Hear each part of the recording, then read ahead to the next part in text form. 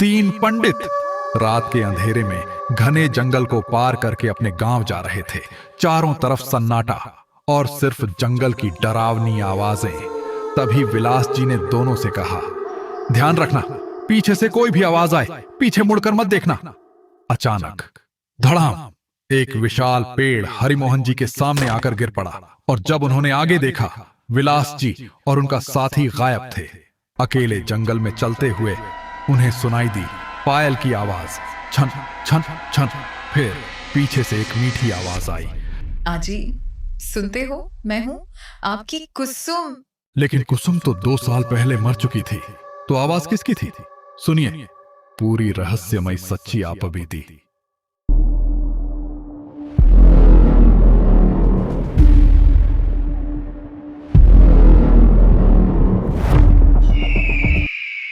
भूत हाउस में आपका स्वागत है। यदि आपका दिल कमजोर है, आपको डर जल्दी लगता है या आपकी आयु 18 वर्ष से कम है, तो कृपया ये कहानी न सुने। ये वीडियो केवल मनोरंजन के उद्देश्य से बनाया गया है। इसे देखने या सुनने के दौरान होने वाली किसी भी असहजता के लिए भूत हाउस जिम्मेदार नहीं होगा। धन्यवाद।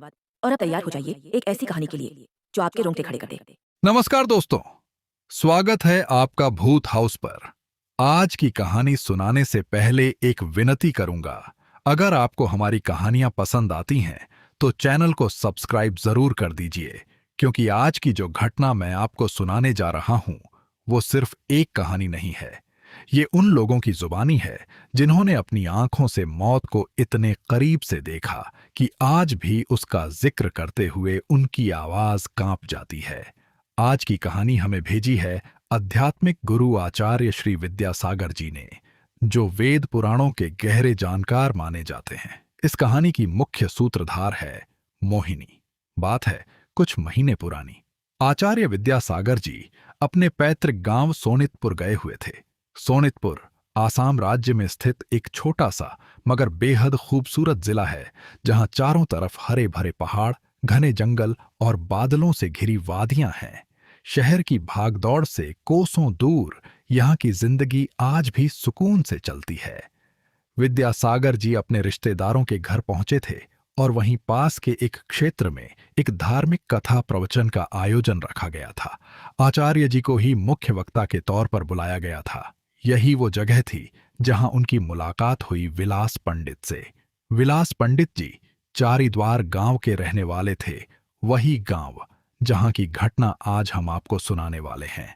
कथा प्रवचन के बाद जब बातचीत का सिलसिला शुरू हुआ तो विलास जी ने जो आभीति सुनाई उसे सुनकर वहां बैठे हर इंसान की रूह कांप गई। चारीद्वार असम के पहाड़ों के बीच बसा एक शांत खूबसूरत गांव है। चारों तरफ घना जंगल, बीच में बहती छोटी छोटी पहाड़ी नदियां और शाम ढलते ही वादियों में उठता कोहरा। देखने में ये गांव किसी स्वर्ग से कम नहीं लगता, लेकिन इस गांव की एक सच्चाई ऐसी है जो किसी को भी डरा देने के लिए काफी है। यहाँ के लोग एक अनदेखी अनजानी शक्ति से इतना खौफ खाते हैं कि रात 7 बजे के बाद कोई भी अपने घर से बाहर कदम नहीं रखता। हर घर के दरवाजों और खिड़कियों पर हल्दी और नमक का मिश्रण छिड़का जाता है। ये उनका पुराना पुश्तैनी तरीका है खुद को बचाने का। गांव वाले इस शक्ति को मोहिनी कहकर बुलाते हैं। कहा जाता है कि मोहिनी अपने शिकार को उसके अपनों की आवाज में बुलाती है। अगर किसी पति को फंसाना हो तो वो उसकी पत्नी की आवाज में पुकारेगी। इतनी मीठी, इतनी मोहक कि सुनने वाले का मन खुद ब खुद उस आवाज की ओर खींचने लगे। और सबसे डरावनी बात यह है, मोहिनी सिर्फ पुरुषों का शिकार करती है, औरतों को वो कभी छूती तक नहीं। गांव के बुजुर्ग बताते हैं कि पहले हर अमावस्या की रात मोहिनी गांव में आती थी और किसी एक पुरुष को अपने साथ जंगल में ले जाती थी। वो आदमी फिर कभी वापस नहीं लौटता था। बरसों की इस पीड़ा के बाद गांव वालों ने मिलकर पूरे गांव के चारों तरफ एक रक्षा कवच स्थापित करवाया, एक ऐसी आध्यात्मिक सीमा रेखा जिसे मोहिनी पार नहीं कर सकती। तब जाकर गांव में मोहिनी का आना बंद हुआ, लेकिन जंगल आज भी उसका है और जो कोई भी रात के अंधेरे में उन जंगलों से गुजरने की गलती करता है, उसकी वापसी की कोई गारंटी नहीं होती। उस दिन विलास पंडित जी अपने साथ 2 और साथियों को लेकर एक पड़ोसी क्षेत्र में कथा प्रवचन कराने गए थे।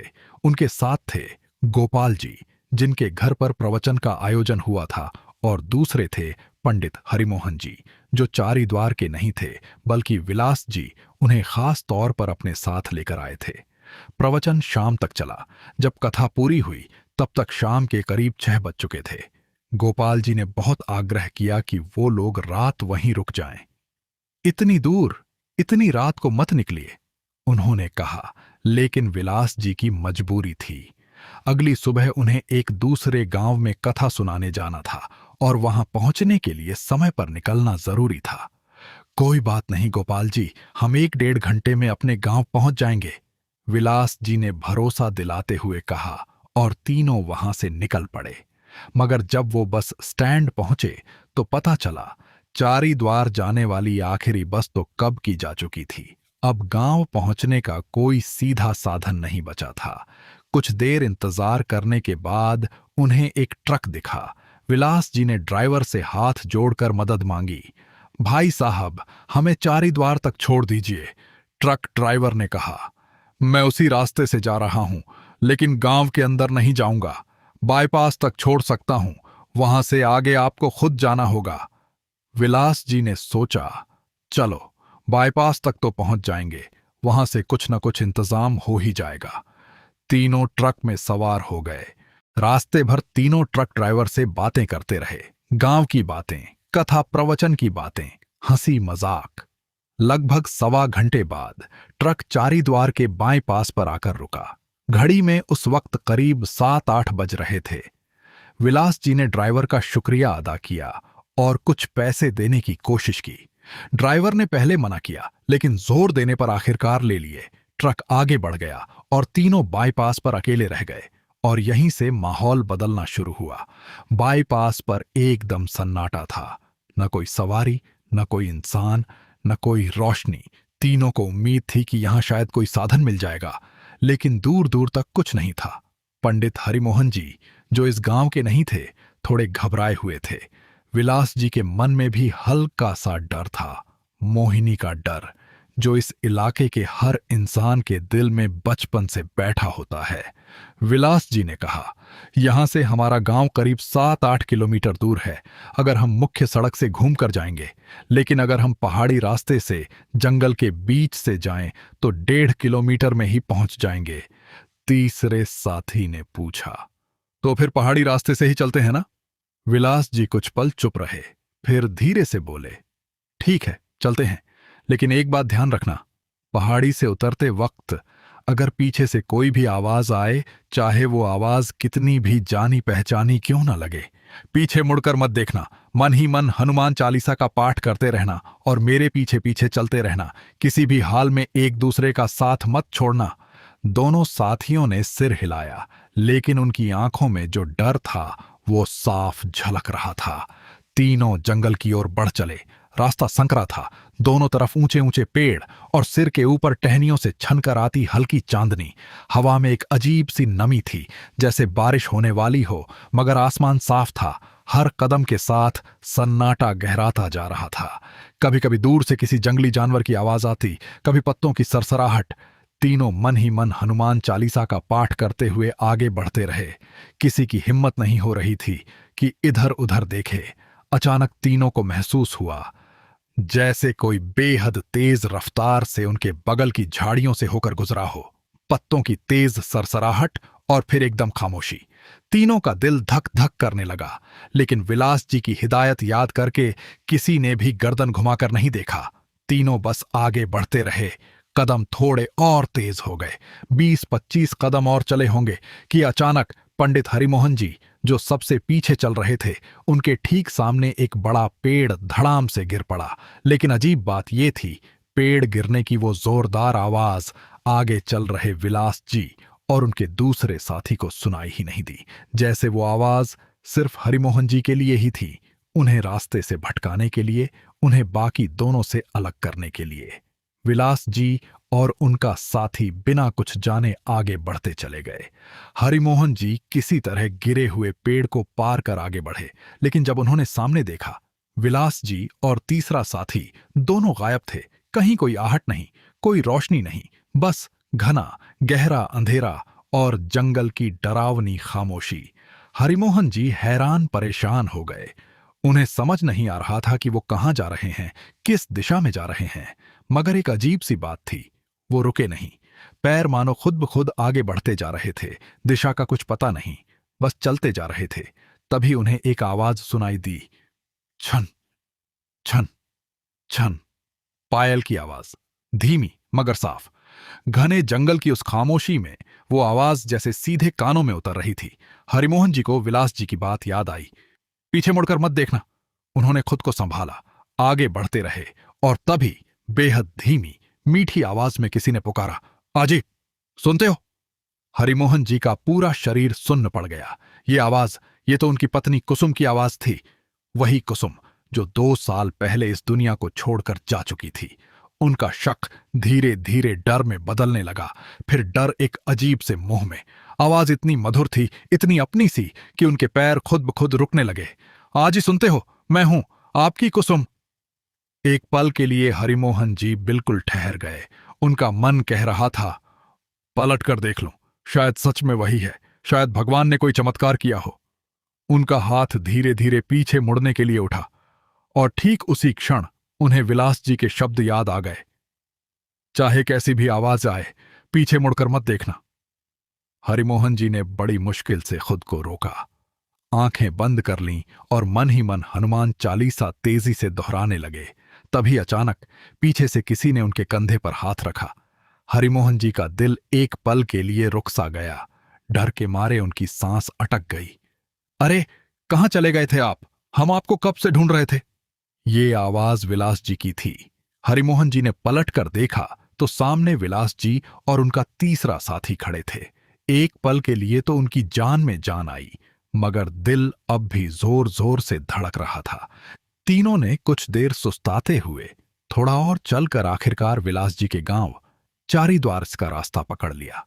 कुछ ही देर में वो गांव की सीमा के अंदर पहुंच गए, जहां हर घर के दरवाजों पर हल्दी नमक बिखरा था और चारों तरफ वही जानी पहचानी खामोशी थी।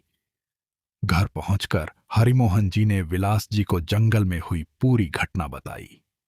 पेड़ का गिरना, पायल की आवाज, कुसुम की पुकार, सब कुछ। विलास जी ने गहरी सांस लेते हुए कहा, हमारे गांव के आसपास के जंगलों में आज भी मोहिनी रहती है, कभी कभी गांव के करीब भी आ जाती है। लेकिन अब जो हुआ वो तो बस एक छोटी सी झलक थी। पहले तो हर अमावस्या की रात मोहिनी गांव में आकर किसी एक आदमी को अपने साथ ले जाती थी। तब गांव वालों ने चारों तरफ रक्षा कवच लगवाया।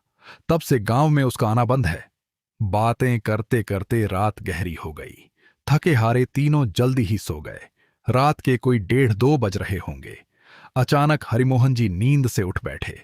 उनकी आंखें खुली थीं, मगर उनमें कोई पहचान नहीं थी, जैसे वो किसी गहरी नींद में चल रहे हों या किसी के वश में हों।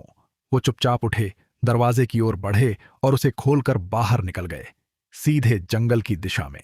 दरवाजा खुलने की आवाज से उनका तीसरा साथी नींद से जाग गया। उसने देखा हरिमोहन जी का बिस्तर खाली है और दरवाजा खुला है। घबराकर उसने विलास जी को भी जगाया। दोनों हड़बड़ाकर बाहर निकले। दूर चांदनी की धुंधली रोशनी में उन्हें हरिमोहन जी की परछाई दिखी, जो धीरे धीरे जंगल की ओर बढ़ रही थी। हरिमोहन जी, रुकिए! विलास जी ने जोर से आवाज लगाई, लेकिन हरिमोहन जी को जैसे कुछ सुनाई ही नहीं दे रहा था। वो उसी रफ्तार से बिना रुके आगे बढ़ते जा रहे थे, सीधे जंगल की ओर, जहां रक्षा कवच की सीमा थी। विलास जी और उनके साथी ने दौड़ना शुरू किया। हमें उन्हें रक्षा कवच पार करने से पहले रोकना होगा, विलास जी चिल्लाए। दोनों जितनी तेजी से भाग सकते थे भागे, लेकिन तब तक देर हो चुकी थी। हरिमोहन जी रक्षा कवच की सीमा लांघकर जंगल के भीतर प्रवेश कर चुके थे। विलास जी के पास अब कोई और चारा नहीं था। न चाहते हुए भी उन्हें हरिमोहन जी को वापस लाने के लिए खुद रक्षा कवच पार करना पड़ा। लेकिन इस बार उन्होंने अपने साथी को साथ नहीं आने दिया। तुम मेरे साथ मत आओ, विलास जी ने कहा। घर वापस जाओ और दरवाजा बंद कर लो। मैं जब तक ना आऊं किसी के लिए मत खोलना, चाहे आवाज मेरी ही क्यों ना लगे। साथी ने पहले मना किया, लेकिन विलास जी की बात मानने के अलावा कोई रास्ता नहीं था। और सुनो, विलास जी ने आखिरी बात कही, अगर मैं 2 घंटे में वापस नहीं आया तो गांव के मंदिर के पास उस बरगद के पेड़ के नीचे एक झोपड़ी है, वहां बैरागी बाबा रहते हैं, उन्हें जाकर सब कुछ बता देना। इतना कहकर विलास जी जंगल में गायब हो गए, हरिमोहन जी की तलाश में। साथ ही घर लौटा, दरवाजा बंद किया और बेचैनी से इंतजार करने लगा। आधा घंटा बीता, 1 घंटा बीता, 2 घंटे बीत गए, मगर न विलास जी लौटे न हरिमोहन जी का कोई पता चला। जैसा कहा गया था, साथी उठा और मंदिर के पास वाली झोपड़ी की ओर भागा। दरवाजा खटखटाया। एक बुजुर्ग व्यक्ति ने दरवाजा खोला। यही थे बैरागी बाबा। साथी ने हाँफते हुए पूरी घटना बता दी। बैरागी बाबा ने एक पल भी नहीं गंवाया। उन्होंने अपने साथ एक विशेष कुंडल और रक्षा यंत्र उठाया और गांव के 4-5 और लोगों को जगाकर साथ ले लिया। सब मिलकर जंगल की ओर निकल पड़े। काफी देर तक ढूंढने के बाद आखिरकार उन्हें एक जगह विलास पंडित मिले, बेहोशी की हालत में, जमीन पर पड़े हुए। उनके कपड़े जगह जगह से फटे हुए थे और छाती पर गहरे नाखूनों के निशान थे, जैसे किसी ने बड़ी बेरहमी से हमला किया हो। हरिमोहन जी वहां कहीं नहीं थे। गांव वाले विलास जी को उठाकर वापस गांव ले आए। सुबह होते होते जब उनकी हालत थोड़ी संभली और उन्हें होश आया तो उन्होंने जो बताया उसने वहां मौजूद हर इंसान की रूह कंपा दी। विलास जी ने बताया, जब मैं हरिमोहन जी का पीछा करते हुए जंगल में पहुंचा तो कुछ देर बाद हरिमोहन जी की शक्ल बदलने लगी। धीरे धीरे उनका रूप एक औरत में तब्दील हो गया और फिर उसने मुझ पर पलटवार कर दिया। पूरी झोपड़ी में सन्नाटा छा गया। इसका मतलब साफ था, बीती रात जो हरिमोहन जी के रूप में घर आया था वो हरिमोहन जी थे ही नहीं, वो मोहिनी थी। वो शुरू से ही इन लोगों का शिकार करने के लिए उनके साथ आई थी। असली हरिमोहन जी तो कभी के जंगल में खो चुके थे या मोहिनी का निवाला बन चुके थे। बैरागी बाबा जो शुरुआत में इन सब बातों पर यकीन नहीं कर रहे थे, मोहिनी गांव के अंदर कैसे आ सकती है, वहां तो रक्षा कवच लगा है। उन्होंने तुरंत एक आदमी को गांव की सीमा पर जांचने भेजा। वहां जाकर जो देखा वो चौंका देने वाला था। रक्षा कवच टूटा हुआ था। तभी सबको यकीन हुआ कि विलास जी सच कह रहे हैं। विलास जी के गले में तुलसी की माला थी और वो लगातार मन ही मन हनुमान चालीसा का पाठ कर रहे थे। यही उनकी जान बचाने की वजह बनी।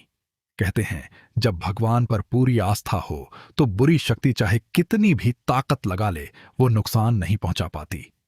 विलास जी के अच्छे कर्मों का ही फल था कि उनकी जान बच गई, लेकिन पंडित हरिमोहन जी का आज तक कोई पता नहीं चला। गांव वालों ने, बैरागी बाबा ने हर तरफ उन्हें ढूंढा, जंगल का चप्पा चप्पा छान मारा, मगर हरिमोहन जी कभी नहीं मिले। आज भी चारीद्वार गांव के लोग मानते हैं कि हरिमोहन जी उस रात मोहिनी के साथ हमेशा के लिए उन घने जंगलों में कहीं खो गए, और शायद आज भी वो जंगल किसी और भटके हुए राही का इंतजार कर रहा है। तो दोस्तों, ये थी आचार्य विद्यासागर जी की भेजी हुई विलास पंडित जी की सच्ची आपबीती, असम के चारीद्वार गांव की, वहां के घने जंगलों की और उस रहस्यमयी शक्ति मोहिनी की जो आज भी वहां के अंधेरों में कहीं मौजूद है। अगर आपको ये कहानी पसंद आई हो तो चैनल को सब्सक्राइब जरूर कर दीजिए। कमेंट में बताइए कि आपको ये कहानी कैसी लगी, और अगर आपके पास भी ऐसी कोई सच्ची डरावनी घटना है तो हमें जरूर भेजिए। मिलते हैं अगली कहानी में। तब तक के लिए नमस्कार। जय श्री राम।